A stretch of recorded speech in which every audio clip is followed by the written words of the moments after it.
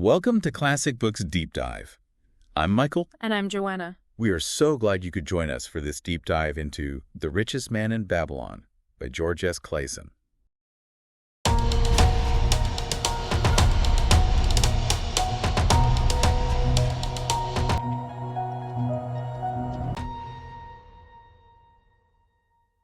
This book, it takes us way back in time to ancient Babylon. A city known for its incredible wealth. That's right.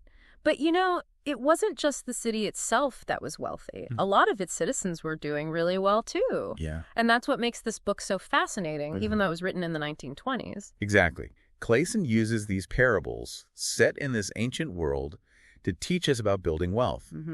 And honestly, those lessons, they're surprisingly relevant even today. Oh, absolutely. So get ready to kind of step back in time, uncover the secrets to a fatter purse. One of the most interesting questions that this book asks is, why did some people in Babylon amass these huge fortunes while others struggled just to get by? Yeah, was it just luck or was there something more to it? Well, that's where the story of Arcad comes in. Yeah. He was the richest man in Babylon. And he credits his wealth not to luck, but to understanding and following specific financial principles. I like that. Yeah, he calls them the 7 cures for a lean purse. Okay. And they're really all about taking control of your finances, Okay. no matter how much you earn. Makes sense. And the first cure is a real game changer. Okay, let's hear it. Start thy purse to fattening.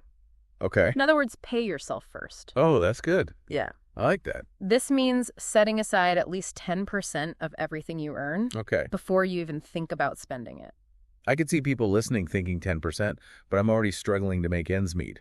Right, and Clason actually addresses that. Okay. He says you won't even miss that 10% once you get used to it. Huh. Yeah, and think about it this way. You wouldn't hesitate to pay your rent or your phone bill, right? Right. Well, consider this 10% as a payment to your future self. Okay. Think of it like an essential expense, like a bill you owe to your own financial well-being. Oh, I like that. Yeah, and the best part is that 10% will start to grow. Right. Forming the foundation of your wealth. Compound interest. Right? Exactly. The power of compound interest, even small, consistent savings, can add up over time. Yeah, and that principle of paying yourself first, that really resonates with modern personal finance advice, too. Oh, absolutely. Like, think about automating your savings. Yes. You can set up automatic transfers from your checking to your savings each month. Exactly. And you don't even have to think about it. Right. And you're consistently building your wealth, just like Arcad advised. And there's also the popular 50-30-20 budgeting rule. Right. Where 20% of your income is allocated to savings and debt repayment. It's essentially the same principle as start thy purse to fattening, just adapted for today. I like it. Now, the second cure for a lean purse is all about taking control of your spending. So true. Yeah, it's called Control Thy Expenditures. Okay. And it's all about creating a budget. I feel like people hear the word budget and they think, Yeah, they think deprivation. yeah. But that's not what it is. No. It's really about understanding where your money is going. Yeah. And making conscious choices. Right. It's about being intentional, Exactly. not just letting your money kind of slip through your fingers. Think of it this way. Imagine you're going on a road trip. Okay. You wouldn't just hop in the car and start driving aimlessly, right? No way. You'd plan your route, you'd map out your stops, and make sure you had enough gas to get to your destination. Absolutely. A budget. It's like a roadmap for your money. I like that. A roadmap. It helps you stay on track and reach your financial goals. And a budget doesn't have to be complicated. No. You can use budgeting apps, spreadsheets. Or even just a notebook. Exactly. Whatever Yeah. works for you. Yeah. The key is to find a system and stick with it. Now, the third cure is all about putting your money to work for you. I like that. That's right. It's called Make Thy Gold Multiply, and it's all about investing. Okay, now I know the word investing can sound a little intimidating, but it doesn't have to be. No. Clason's advice here is timeless. Seek advice from those who are knowledgeable and experienced in the areas where you wish to invest. Yeah, don't be afraid to ask questions and do your research before putting your hard-earned money into anything. Exactly. He also cautions against get-rich-quick schemes, Yeah. emphasizing that building wealth takes time. And it requires careful planning, not risky gambles. Yeah, it's like playing the long game. Just like the ancient Babylonians who built their wealth through trade and investment over generations. That's right. Now, the fourth cure is all about protecting the wealth you've built. Oh, yeah, that's important. That's right. Guard thy treasures from loss. Okay. It emphasizes the importance of making wise investment choices and protecting your assets. Clason advises us to invest cautiously. Yes. And to diversify our investments to spread the risk. Right. Don't put all your eggs in one basket. Exactly. Spread your investments across different asset classes. Stocks, bonds, real estate. To minimize the impact of any potential losses in one area. And remember, this principle of guarding your treasures, it applies not only to financial investments. Interesting. But to everything valuable in your life, your health, your relationships, your skills, your knowledge. I like that it's about safeguarding everything that contributes to your well-being. Yes. Now, the fifth cure is one that many people find particularly appealing. Okay. I'm intrigued. Tell me more. Make of thy dwelling a profitable investment. You know, I completely agree with Clason on this one. Oh, me too. Owning your own home can be a fantastic way to build wealth and create a sense of security. It really can. It's about shifting from paying rent to someone else to investing in an asset that you can call your own. While renting might seem more flexible in the short term, owning a home allows you to build equity, which is the value of your home minus any outstanding mortgage debt. Right. As you pay down your mortgage, your equity grows. It's like putting money into a savings account that also provides you with a place to live. Exactly. And over time, that equity can be a significant source of wealth, something you can leverage for other financial goals like retirement or your children's education. Let's not forget the intangible benefits of homeownership. Oh, yes. The pride, the stability. The freedom. The freedom to create a space that truly reflects who you are. Clason actually captures this beautifully in the book. Oh, yeah. He describes the joys of owning a home, like eating figs from your own trees, or watching your children play in your own garden.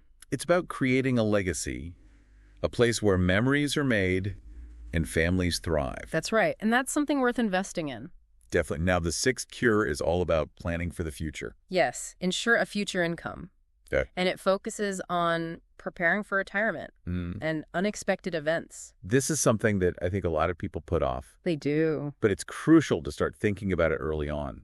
Clason's advice is to start saving and investing for retirement as early as possible. Okay. The sooner you start, the more time your money has to grow. That makes sense. He also emphasizes the importance of having a plan for unexpected events. Okay, so things like disability insurance or life insurance. Exactly. To provide a financial safety net for you and your loved ones in case something unexpected happens. It's about creating that sense of security, knowing that you've taken steps to protect yourself and your family from life's uncertainties. And that peace of mind is priceless. It really is. Now, finally, the seventh cure. Okay. This one's all about investing in yourself. Yes. Increase thy ability to earn. Okay. It focuses on continuously seeking ways to improve your skills and your knowledge. I love that Clason reminds us that the more valuable we are, the more we can earn. And in today's world, lifelong learning is essential. Yeah, think about taking courses. Attending workshops, reading. Even just learning new skills as a hobby. It can pay off in countless ways. Yeah, it's about staying ahead of the curve, expanding your horizons, creating more opportunities for yourself. And honestly, learning new things is fun. Yeah. It keeps us engaged, keeps our minds sharp. Absolutely. Now, woven throughout these 7 cures for a lean purse is a captivating story about a camel trader named Davasir, who was once a slave. Davasir. His story is a testament to resilience, determination, and smart financial planning. He escapes slavery and returns to Babylon with nothing but a burning desire to repay his debts and build a better life for himself. And what's so inspiring is that he doesn't just dream about it. He creates a plan and he sticks to it. I love that. With unwavering discipline. Yeah. He budgets his earnings so meticulously, living on 70%, saving 10% for himself. Wow. And dedicating a full 20% to repaying his debts. Talk about commitment. And you know what's fascinating is that his strategy actually aligns perfectly with modern debt management advice. Oh, really? Like the debt snowball method. Yeah. It encourages people to focus on paying off their smallest debts first to build momentum and stay motivated. Yeah, that's right. And just like Davasir, anyone can achieve financial freedom no matter where they start. It all starts with a plan, a willingness to learn, and the discipline to stick to it. That wraps up the first part of our deep dive into The Richest Man in Babylon. Yeah, we've explored the first 4 cures for a lean purse, and we've met the inspiring Davasir, but there's so much more wisdom to uncover. Stick with us. Yeah, stay tuned for part 2, We'll delve deeper into the remaining cures, we'll uncover more fascinating stories, and explore how these ancient Babylonian principles can help you build a brighter financial future no matter where you are in your journey. Welcome back to Classic Books Deep Dive. We're picking up right where we left off in our exploration of the richest man in Babylon. Yeah, we've already uncovered some powerful principles from those first 4 cures for a lean purse, and now we're going to dive into the remaining 3. Okay. Which offer even more timeless wisdom for building wealth. You know what strikes me as we're going through these ancient Babylonian tales is how much emphasis is placed on the importance of learning from those who are more experienced. Absolutely. Remember how Bansir, the chariot builder, and Kabi, the musician, they sought advice from Akkad, They did. the richest man in Babylon, on how to acquire wealth.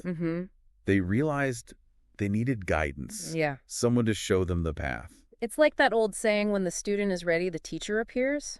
I like that. We have to be open to learning, seek out mentors, and actively apply their insights. And it doesn't have to be a formal mentorship either, right? It could be as simple as reading books, listening to podcasts, attending workshops. Exactly. The key is to surround yourself with people and resources that can help you grow. We don't have to figure everything out on our own. Yeah. There's a wealth of knowledge and experience available to us. That's so true. And tapping into that can really accelerate our journey to financial well-being. Another powerful concept that emerges from The Richest Man in Babylon is the idea of opportunity.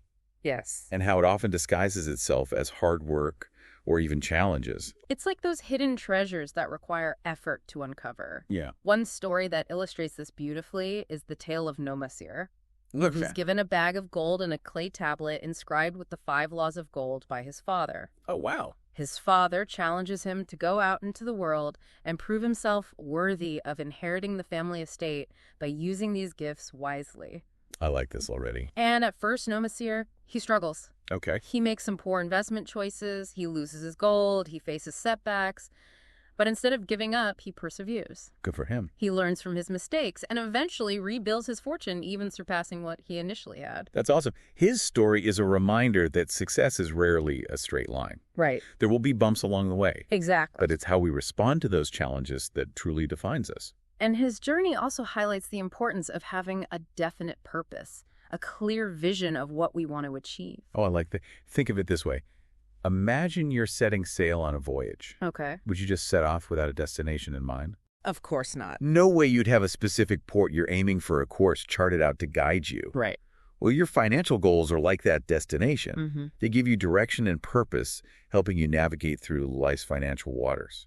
Without a definite purpose, it's easy to drift aimlessly, letting opportunities pass us by. Yeah. But when we have a clear vision, we're more likely to spot those opportunities and seize them. Another key takeaway from The Richest Man in Babylon is the idea of taking responsibility for our own financial well-being. Absolutely. It's about focusing on what we can control. Right. Our spending habits. Our investment choices. Our commitment to continuous learning, rather than blaming external factors or luck. It's about recognizing that we have the power to shape our own financial destinies. Yes. Through informed decisions and consistent actions. I like that one story that really brings this point home. Yes. Is the tale of Rodan, the spearmaker. Oh, yes. Who receives an unexpected gift from the king, 50 pieces of gold. He's suddenly thrust into the role of a moneylender, but he's completely overwhelmed. He has no idea how to manage this newfound wealth. Wow. Yeah, that would be overwhelming. He seeks advice from Marthathon, a seasoned gold lender, who shares some really valuable insights. Mathon stresses the importance of being cautious, making sure that any loans are backed by security and that the borrowers are trustworthy. Smart. He also highlights the importance of seeking out sound investments, ones that align with our own knowledge and experience. He emphasizes the need to be responsible stewards of our wealth. I like that. Whether it's earned, inherited, or gifted. Mathon's lessons are a powerful reminder that we need to approach financial decisions with prudence. Yes. Seek guidance from experienced individuals and make sure our wealth is working for us in a safe and sustainable way. As we reflect on all these stories and principles from The Richest Man in Babylon, one of the most striking aspects of the book is its emphasis on the human element of finance. Yeah, it's not just about numbers and strategies. Yeah. Right. It's about understanding our own motivations, our fears, our aspirations. It's about recognizing that financial success is ultimately about aligning our financial goals with our values and our vision for a fulfilling life. Clason reminds us that wealth is a tool, a means to an end, and that end should be a life filled with purpose, joy, and meaning. And that by embracing these principles from The Richest Man in Babylon, we can create a brighter financial future for ourselves and for generations to come. Welcome back to Classic Books Deep Dive as we wrap up our exploration of The Richest Man in Babylon. I'm struck by how Clason manages to weave these complex financial concepts into such engaging stories. I know, right? Those parables, they really make the lessons stick with you. Oh, they absolutely do. They bring the human side of finance to life. One that really resonates with me is The Tale of the Walls of Babylon. Oh, yes, the story of old Banzar. Yeah. The steadfast guard. Yes, it's a powerful metaphor, isn't it? It is. So Banzar, he stands guard at the city's gates, day after day, reassuring the people that the walls will hold strong against any invaders. And just like those walls protected, Babylon Clason argues that we need to build our own financial walls to protect ourselves from life's uncertainties. It's true. Think about it. Unexpected expenses. Economic downturns. Job loss. Yeah. These are the invaders that can threaten our financial security. Having that solid financial foundation, those strong walls, allows us to face those challenges with confidence. And resilience. And how do we build those walls? Through saving, investing wisely, and having a plan for the future. Exactly. We're creating that financial buffer to weather any storms that come our way. Now, another story that I find incredibly inspiring is Debasir's journey. Oh, yes? From slave to successful camel trader. His story is a testament to the power of taking ownership of our financial situation no matter where we start. Absolutely. Remember, he returned to Babylon with nothing but a burning desire to repay his debts and create a better life. He did. And he did it through careful planning and disciplined execution. He committed to a strict budget, dedicating a portion to his debts and another portion to savings. It's a reminder that we all have that ability to shape our financial destinies. His success didn't happen overnight, though. No. It took time, patience, and unwavering determination. He embodies the very essence of the richest man in Babylon. Financial freedom is achievable for anyone willing to put in the effort. And it's not just about the money, is it? It's not. It's about the dignity, the self-respect, the empowerment that comes with taking control of your finances. As we conclude our deep dive into The Richest Man in Babylon, I think the key takeaway is that the principles outlined in this book are timeless. I completely agree. And universally applicable. They transcend time and culture, offering valuable insights for anyone seeking financial well-being. Whether you're just beginning your financial journey or already on the path, the wisdom shared in The Richest Man in Babylon can help you make informed decisions and build a brighter future. So we encourage you to revisit those 7 cures for a lean purse. Reflect on those inspiring stories from ancient Babylon, and most importantly, start applying these principles in your own life. Even small steps taken consistently can lead to significant lasting results. And who knows, maybe someday you'll be sharing your own story of financial success. Inspired by the timeless wisdom of The Richest Man in Babylon. We'd love to hear your thoughts. Which principle resonated most with you? What step will you take today to start building your own financial fortress? Share your insights with us. We're always eager to hear from fellow bookworms on this journey to financial well-being. Thanks for joining us on Classic Books Deep Dive. Until next time, happy reading!